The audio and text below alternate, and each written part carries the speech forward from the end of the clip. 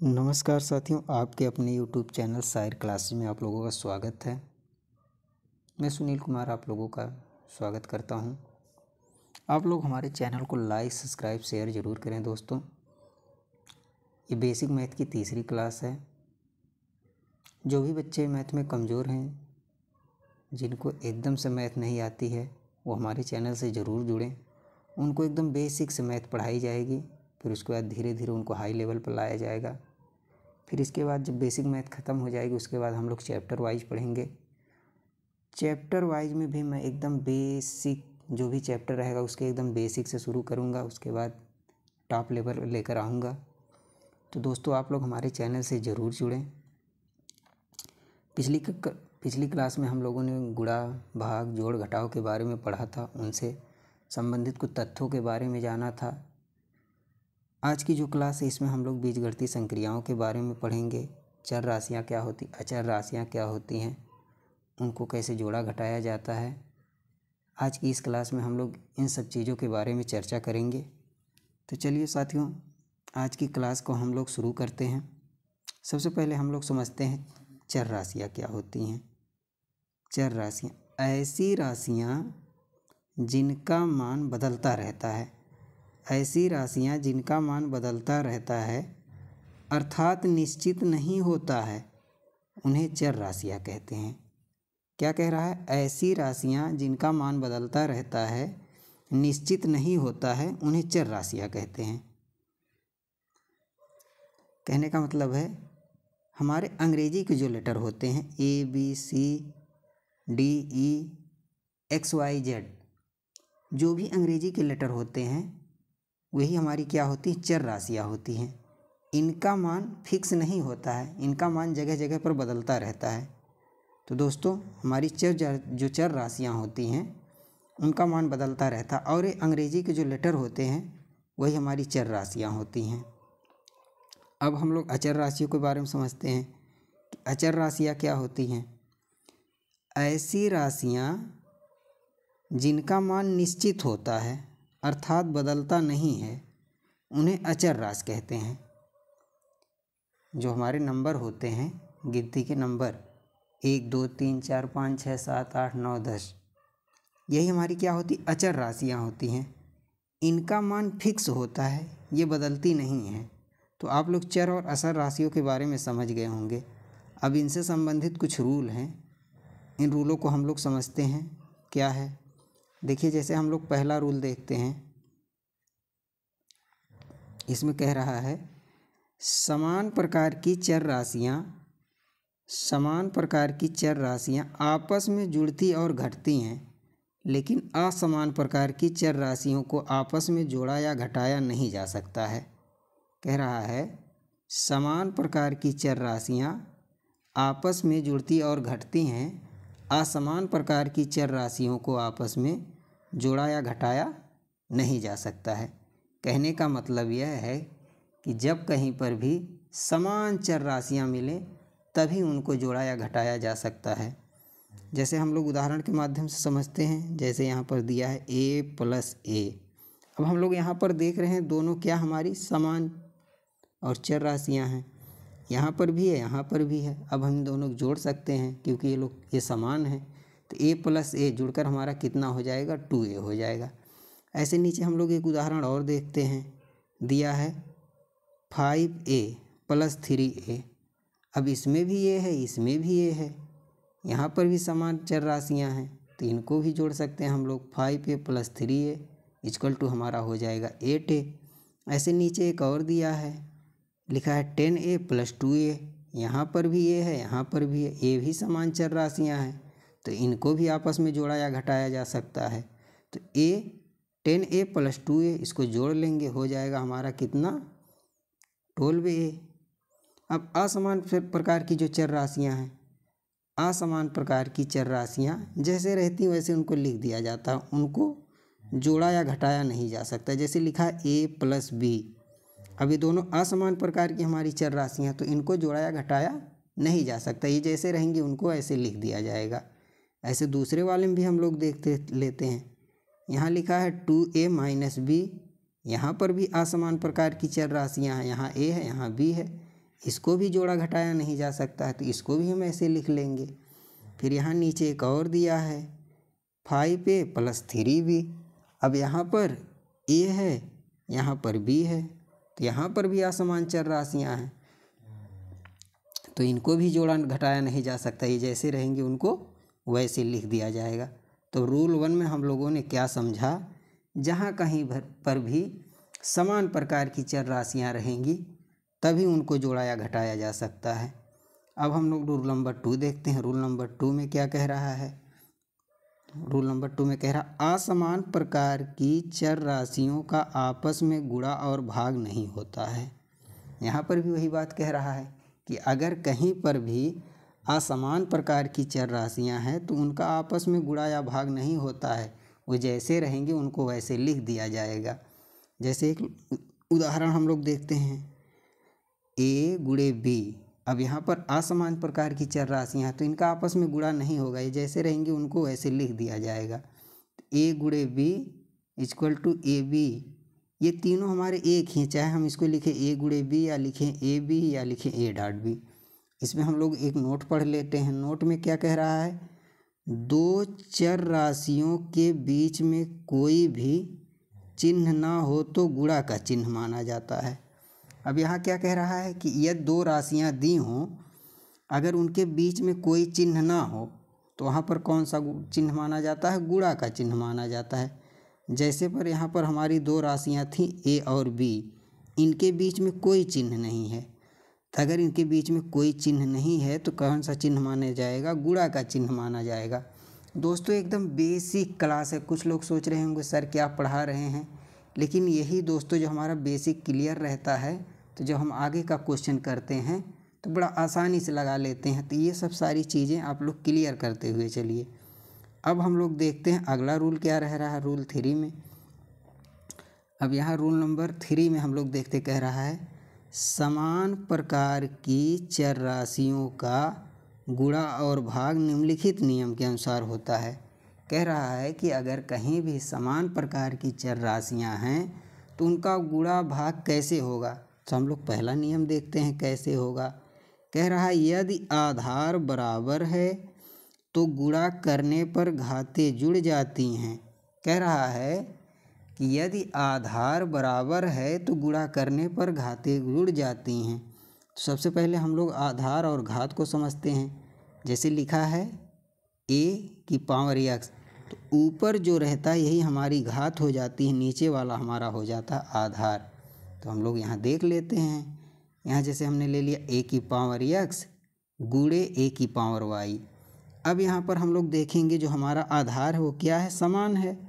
यहाँ पर भी ये है, यहाँ पर भी ये है, तो क्या होगा? हमारा वो जो घातें हैं वो जुड़ जाएंगी।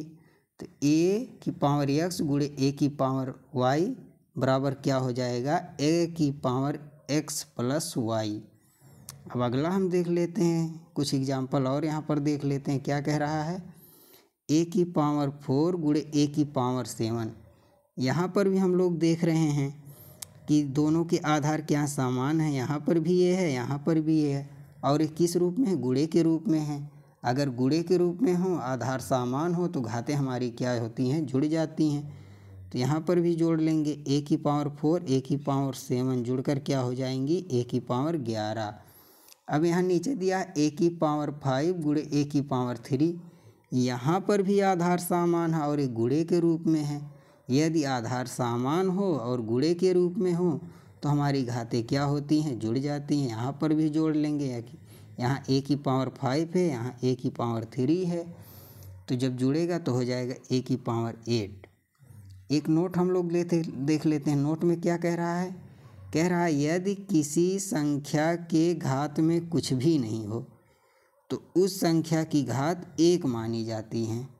कह रहा है कि यदि किसी संख्या के घात में कुछ भी नहीं है तो संख्या की घात 1 मानी जाती है।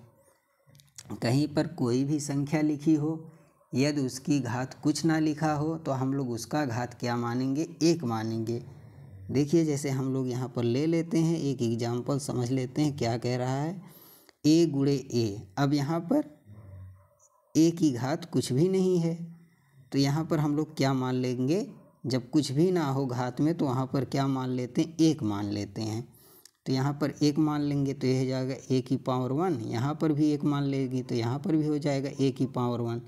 अब आधार समान है तो घातें क्या होंगी, जुड़ जाएंगी।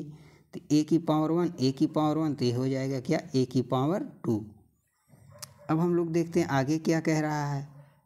कह रहा है यदि आधार बराबर है तो भाग करने पर घातें घट जाती हैं। कह रहा है यदि आधार बराबर है और वो भाग के रूप में है तो घातें क्या होंगी, घट जाएंगी।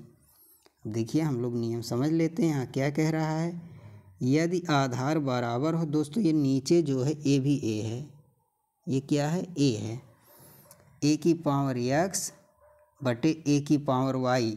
अब यहाँ पर आधार बराबर है और ये भाग के रूप में है। यदि आधार बराबर हो और भाग के रूप में है तो घातें क्या होंगी, हमारी घट जाएंगी। तो क्या हो जाएगा, ए की पावर x माइनस वाई।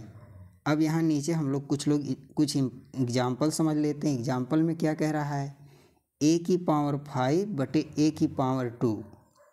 अब यहाँ पर भी आधार समान है और किस रूप में है, भाग के रूप में है। जब आधार समान हो और भाग के रूप में हो तो घातें हमारी क्या होती हैं, घट जाएंगी। तो यहाँ पर देखिए ए की पावर 5 बटे ए की पावर 2, आधार समान है तो घातें क्या होंगी, हमारी घट जाएंगी। तो यहाँ हो जाएगा ए की पावर 5 माइनस 2 अर्थात ए की पावर 3। अब यहाँ एक और उदाहरण ले लेते हैं। इसमें क्या कह रहा है, ए की पावर 12 बटे ए की पावर 7। अब यहाँ पर भी आधार समान है, तो आधार समान हो और भाग के रूप में हो तो घातें हमारी क्या होती हैं, घट जाती हैं। तो यहाँ घट जाएंगी, ए की पावर 12 माइनस 7 हो जाएगा। तो आंसर हमारा कितना आ जाएगा, ए की पावर 5। अब चलिए हम लोग अगला नियम देखते हैं। अगले में क्या कह रहा है, कह रहा कोष्टक या ब्रैकेट खोलने पर घात से घात का गुणा होता है। कह रहा है कोष्टक या ब्रैकेट खोलने पर घात से क्या होता है, गुणा होता है। अब यहाँ पर जैसे लिखा है छोटा ब्रैकेट में ए की पावर x पूरे घात y। अब जब हम लोग छोटा ब्रैकेट हटाएंगे तो ये दोनों घातें जो हैं इनका आपस में क्या हो जाएगा, गुणा हो जाएगा। जैसे यहाँ पर तो यहाँ क्या हो जाएगा, ए की पावर x y। चलिए कुछ एग्जाम्पल के माध्यम से समझते हैं। क्या कह रहा है एग्जाम्पल में, लिखा है ए की पावर 4 पूरे की घात 3।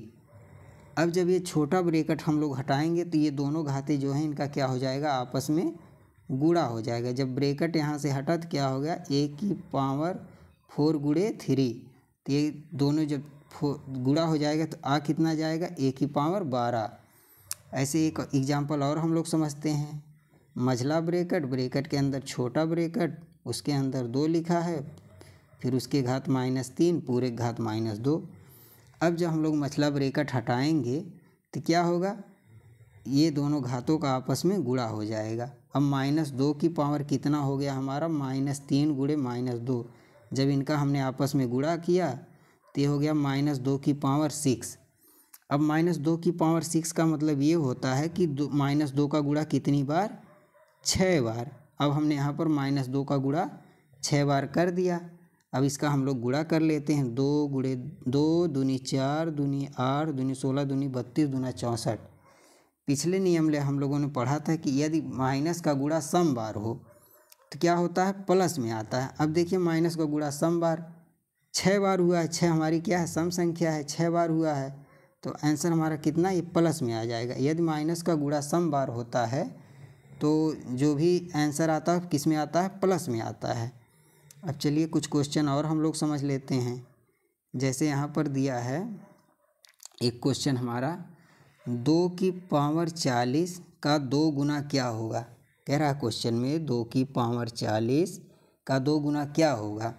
चलिए हम इसको सॉल्व करते हैं। हम लोग लिखेंगे 2 की पावर 40 गुणे 2, फिर आगे लगाते हैं 2 की पावर 40। अब यहाँ 2 की पावर कुछ नहीं है, जब कुछ नहीं इसको 1 मान सकते हैं तो हमने लिख दिया 1। अब यहाँ पर हमारा क्या हो गया, आधार समान हो गया। जब आधार समान होगा तो घातें क्या होंगी, जुड़ जाएंगी। तो यहाँ क्या हो जाए, 2 की पावर 41। ऐसे एक क्वेश्चन और समझ लेते हैं हम लोग। यहाँ पर लिखा है क्वेश्चन नंबर 3 में 2 की पावर 15 का 4 गुना क्या होगा। इसको भी सॉल्व करते हैं। अब लिखेंगे 2 की पावर 15 गुणे 4। फिर आगे करते हैं 2 की पावर 15। अब 4 को लिख सकते हैं हम लोग 2 की पावर 2। 4 को ये लिख सकते हैं। अब जब 2 की पावर 2 लिख दिए तो आधार हमारा क्या हो गया, समान हो गया। जब आधार समान हो जाए और गुणे के रूप में हो तो घातें हमारी क्या होंगी, जुड़ जाएंगी। अब हम घातों को जोड़ लेंगे। 2 की घात 15 प्लस 2 अर्थात 2 की घात 17। यही हमारा क्या हो गया, उत्तर हो गया। चलिए रूल नंबर 4 समझ लेते हैं। आज का ये आखिरी नियम है। रूल नंबर 4 में क्या कह रहा है, असमान घात वाले समान प्रकार के चरों का जोड़ और घटाना नहीं किया जा सकता। कह रहा है यदि घातें असमान है और जो उसके नीचे आधार है वो समान चर हैं, तब भी उनका जोड़ या घटाव नहीं होगा। जैसे हम लोग उदाहरण के माध्यम से समझते हैं। लिखा है x की पावर 3 प्लस x की पावर 2। अब यहाँ पर जो ये चर राशियाँ ये तो समान हैं, लेकिन घातें इसकी क्या हैं, असमान हैं। यदि घातें असमान है और नीचे की जो चर राशियाँ हो समान हो, तब भी उनका जोड़ घटाव नहीं होता है, तो इनका जोड़ नहीं होगा। तो ये जैसे रहेंगी हम इनको वैसे लिख देंगे। ऐसे नीचे एक उदाहरण समझ लेते हैं। y के पावर 4 माइनस y के पावर 2। यहाँ पर भी जो नीचे आधार हमारा है ये समान चर हैं, लेकिन घातें जो हैं, इनकी घातें जो हैं वो असमान हैं। यदि घातें असमान हैं तो उनका जोड़ या घटाना नहीं होगा, तो जैसे वो रहेंगी वैसे उनको लिख देंगे। तो साथियों आज की क्लास में बस इतना ही। अब जो इसके आगे की जो भी बेसिक मैथ के जो भी चीज़ें हैं उनको हम पार्ट 4 में पढ़ेंगे। बहुत बहुत धन्यवाद साथियों।